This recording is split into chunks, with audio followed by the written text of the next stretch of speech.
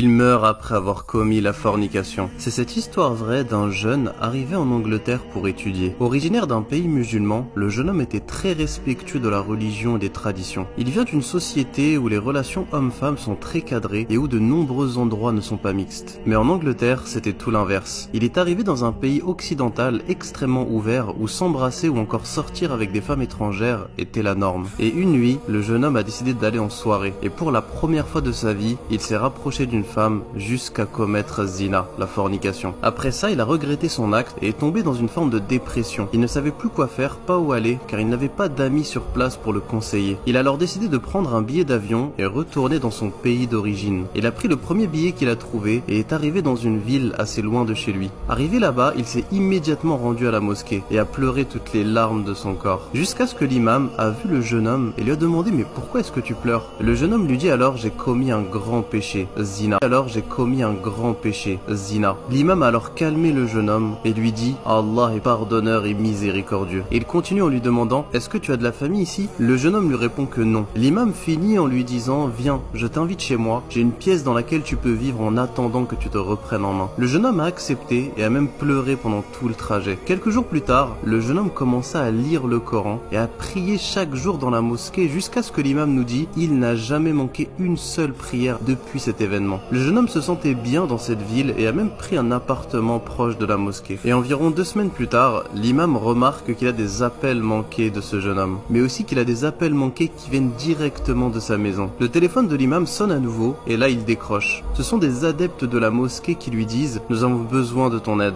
L'imam a alors accepté et une fois sur place, il a tout simplement été choqué. Les fidèles lui ont alors raconté: le jeune homme est allé prier à l'Aïcha à la mosquée, puis il a prié encore chez lui des surérogatoires. Nous ne savons pas ce qu'il faisait car il ne répondait pas à son téléphone. Nous avons donc décidé d'aller chez lui pour le visiter. La porte était ouverte et nous avons découvert le jeune homme sur son tapis de prière en prosternation. Et Allah avait pris son âme. Le prophète sallallahu alayhi wa sallam nous dit: chaque individu sera ressuscité dans l'état où il se trouvait lors de sa mort. Qu'Allah nous pardonne nos péchés et assalamu alaikum wa rahmatullah.